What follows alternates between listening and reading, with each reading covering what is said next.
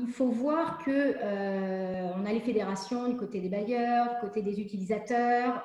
Pour les franchisés, on a également les lettres types qui avaient été faites par les franchisés, leurs franchisés, on l'a vu beaucoup.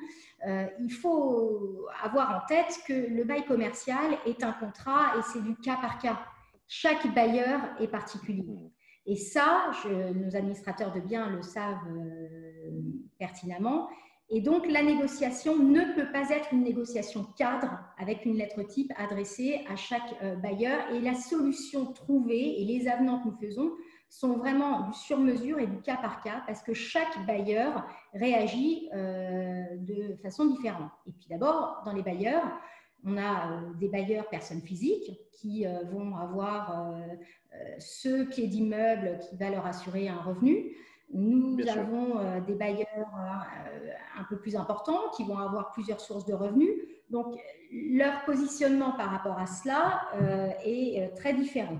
Donc, effectivement, on a reçu des lettres types parfois d'utilisateurs, de preneurs, pour solliciter des mesures auxquelles ils n'ont pas le droit, puisqu'on sait qu'ils ne relèvent pas des dispositifs ni de report, encore moins d'abandon, puisque ça n'est prévu par aucun texte. Mais nous avons des lettres. Alors, des lettres, et j'y venais aussi sur les contentieux à venir, mais ça me permet d'en dire un mot maintenant, des lettres avec toute une série d'arguments. Alors, il y a ceux qui nous parlent uniquement des difficultés économiques, bien évidemment, ceux qui nous parlent d'ores et déjà de force majeure, d'exception d'inexécution. À cela, il y a le comportement, je dirais, et du locataire, et puis il y a le comportement financier du locataire. Il y a les locataires qui ont tout de même payé leur loyer, d'autres locataires qui se sont abstenus de tout règlement. Là encore, il ne faut pas oublier qu'on a mis en place, que le gouvernement a mis en place le prêt garanti par l'État pour permettre justement aux entreprises de faire face à leurs charges.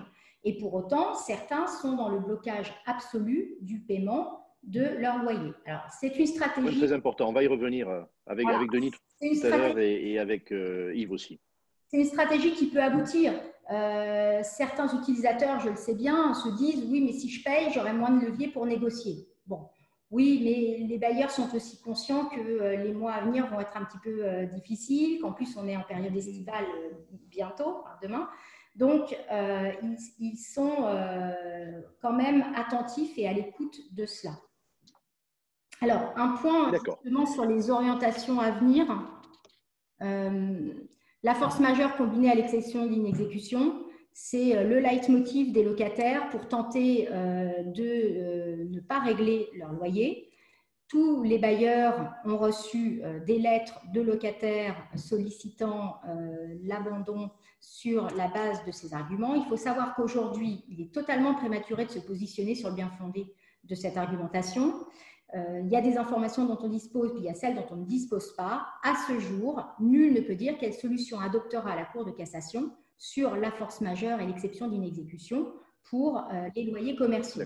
Donc, c'est un mécanisme qui suppose une procédure judiciaire avec des délais longs et je ne suis pas certaine qu'il soit opportun aujourd'hui de rentrer en conflit judiciaire pour des années avec son bailleur ou son preneur pour 3 mois de loyer.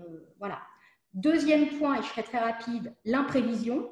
Vous savez que la réforme du droit des obligations de 2016, avec une loi de ratification de 2018, introduit dans le Code civil l'article 1195 qui permet de renégocier un contrat ou pire, d'obtenir la résolution d'un contrat lorsque certaines circonstances étaient imprévisibles au moment de la conclusion de ce contrat.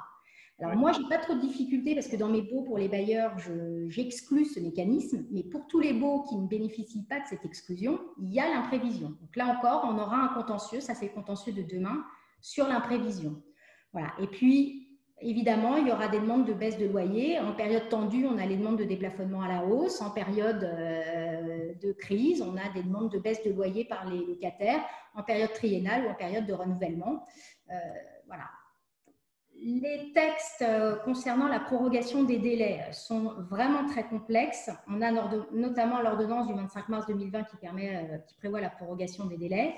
Ce qu'il faut avoir en tête, c'est qu'on a la fin de la période protégée qui est jusqu'au 23 juin 2020.